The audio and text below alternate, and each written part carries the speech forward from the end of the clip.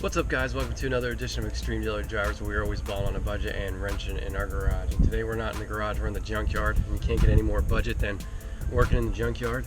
The reason that we're here is we want to get the pieces that we need to make our valve cover from our B20 fit our B21A like a glove. So we are in search for longer or larger valve cover studs.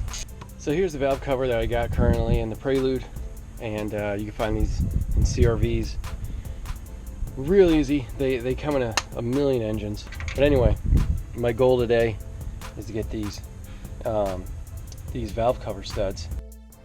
Alright, so we got all those guys. So we should be able to run our valve cover with those nice beauty washers that I got from VMS Racing. Alright, so we're back from the junkyard. Let me show you the haul that we pulled in. Boom.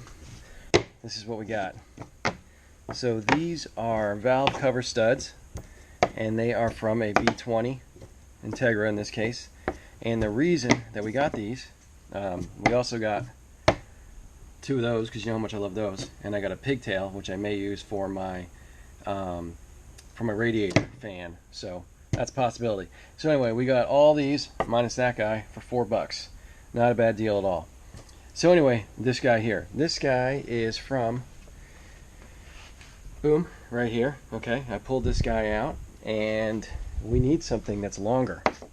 So that's why we went and got these guys. As you can see, there's a little bit of a difference. Makes it a little bit taller, which hopefully will make it work in this case. So just to reiterate the issue, here's our new valve cover. As you can see, all blue.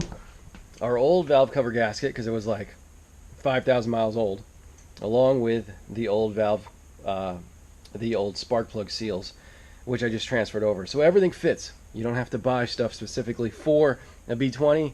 You can use the B21 stuff. It'll come right over. So I'm going to throw this on top of the engine to show you what our issue is that we're currently dealing with.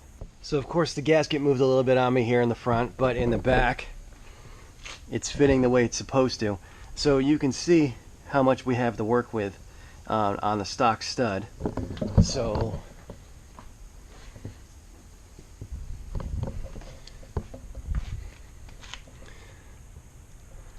when we install the dress-up hardware, and this little washer popped out, you can see that we don't have much to work with here. This guy's not going to bite. So that's why I had to get those extended studs, and hopefully they're extended enough to make this work. Alright, same sort of thing. Gasket's a little jacked up, but you can see that I changed out that stud, and it's definitely taller than the stock. Let's see if our hardware will fit.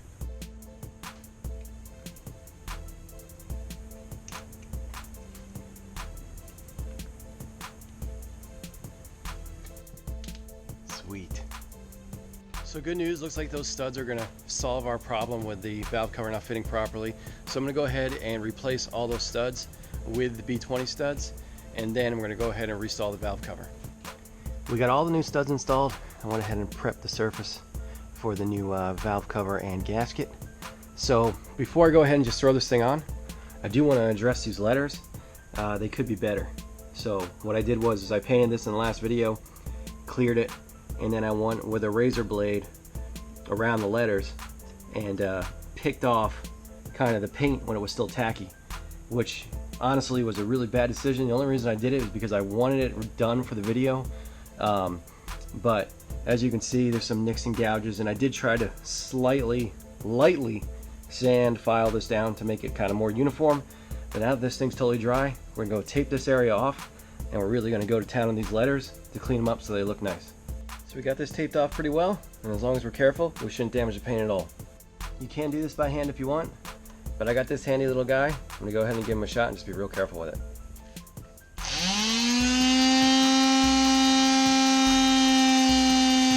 So here's our progress with the little handheld mouse sander, and I can tell you that it's super scary. So we're going to be using just regular sandpaper and doing it by hand going forward. So that sandpaper was pretty aggressive, so we're going to go much less aggressive with 1500. And one of my favorite little detailing hacks, take a piece like this and get yourself one of these pink erasers. Then you go ahead and wrap sandpaper around the pink eraser, and now you have yourself a flexible sanding block.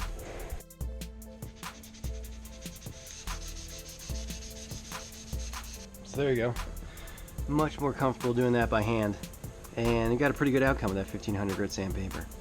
Still like to hit it up with some polish at some point, but for now I'm happy with it.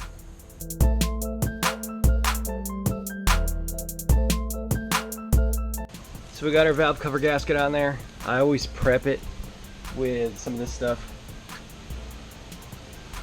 This Permatex Ultra Gray. This stuff is basically Honda Bond and does a really good job. So Bobby the Wizard taught me to put it everywhere. Helps hold the gasket in place. I used to only put it in the corners. And as a result, sometimes I'd go to install this valve cover and the gasket would pop out of place and make a big mess, make me angry. So now I put it everywhere. And you let it sit for about 20 minutes, kind of get semi-hard, and then throw it on the car and you won't have any issues.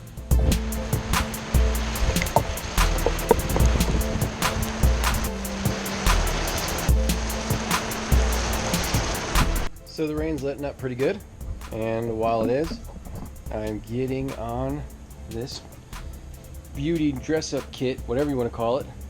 These beauty washers. I don't know if I pointed these guys out either. These are from Downstar. I got these a while back for a B series engine, and they do work.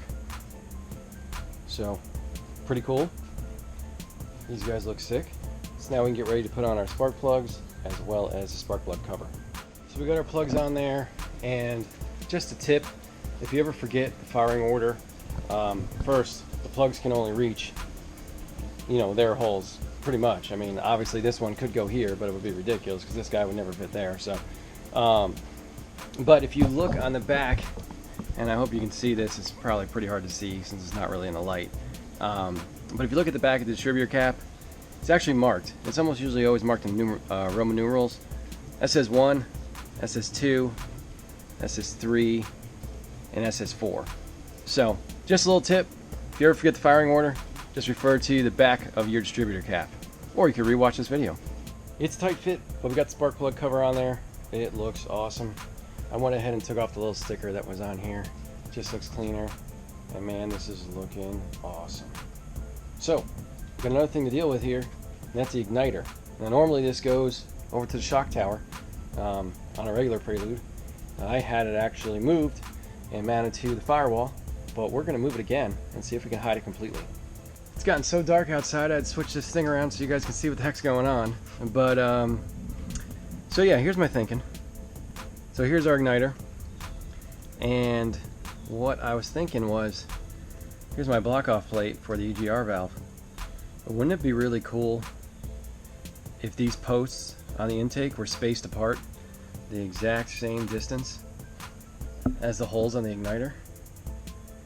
And under close inspection, I believe they are spaced exactly the same, which means we can mount this guy right here.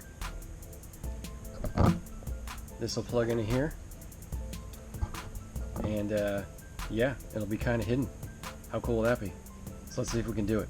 Alright, so my plan is going to work perfect. This does line up. Get this guy out of the way. It's hard for me to hold this here without this bottom plate moving. But we need to make spacers to fill up that space, and then we need to find bolts that will go through everything. But it's going to work. I'm going to have to extend those two white plugs that you see right in front of you. Where my thumb is where the igniter wire comes from the distributor cap to this coil here. But these two white guys here, we'll have to extend those off the main harness, but that's no big deal. The beautiful thing is that this will be on the engine, mounted, not on a firewall or being somewhere stupid, and for the majority this will be hidden by the intake, fuel rail, and all that kind of stuff. So I got some tubing at Home Depot, Lowe's, one of those places like forever ago, and I just keep this stuff around. That's what it is. So we're gonna make two spacers. I marked it off where I want to cut, and yeah, it's wavy, but I'll cut it straight. instead of always grabbing the angle grinder for everything, I'm just going to use this pipe cutter. Should make for a much cleaner cut. Check it out. Not bad. Alright, so with those guys in there, this guy should sit right on top.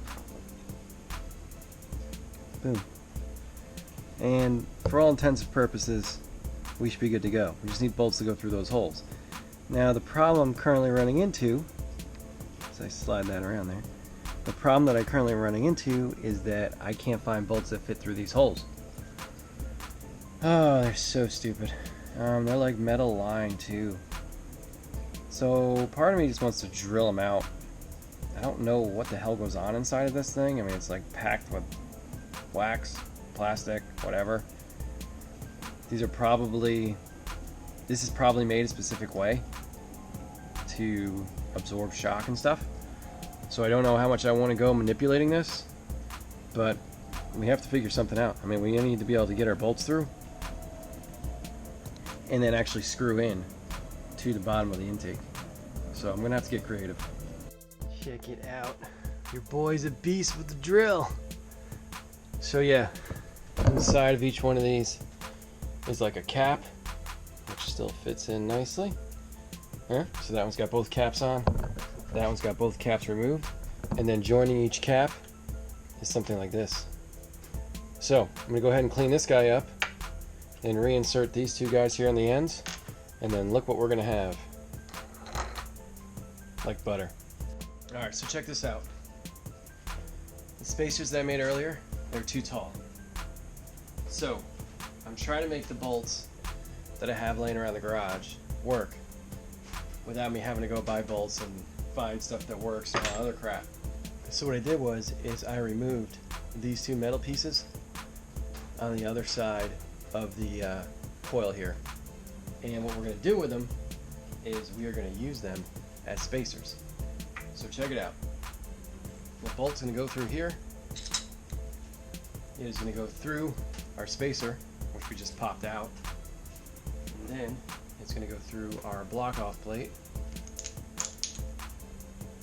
And look, we're going to have plenty of teeth to bite into the intake.